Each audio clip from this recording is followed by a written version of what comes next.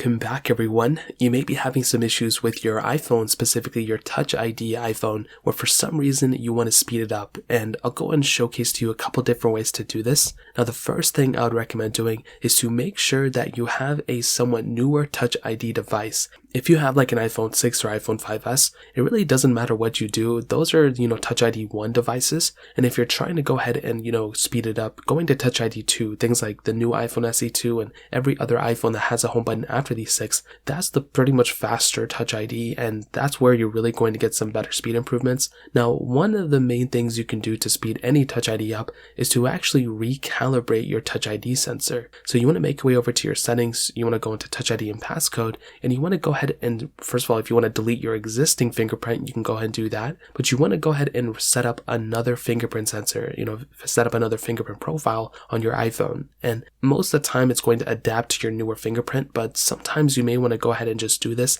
just so you can speed it up. And it's definitely one of the faster ways that I've seen time and time again to actually pretty much fix this. So if you want to speed it up, that's the number one way I'd recommend doing it. Now, another thing I'd recommend doing is to actually wipe down that fingerprint sensor every once in a while. So sometimes over time you can have all of your existing fingerprints there. You can have smudges and some dirt and some, marks and stuff. So sometimes like grabbing your t-shirt and just kind of like, wiping down that sensor can actually speed up your Touch ID sensor as well. And that's another cool thing you can do. Finally, you can go ahead and actually update your iPhone as well. That's another awesome way to go ahead and speed up your device, for Touch ID as well. So that's pretty much it. Those are the main ways to do it. If you guys have any other questions or anything like that, let me know in the comment section below. Hit the like button, that would mean so much, but definitely hit that subscribe button. More importantly than everything else, I love every single one of you guys.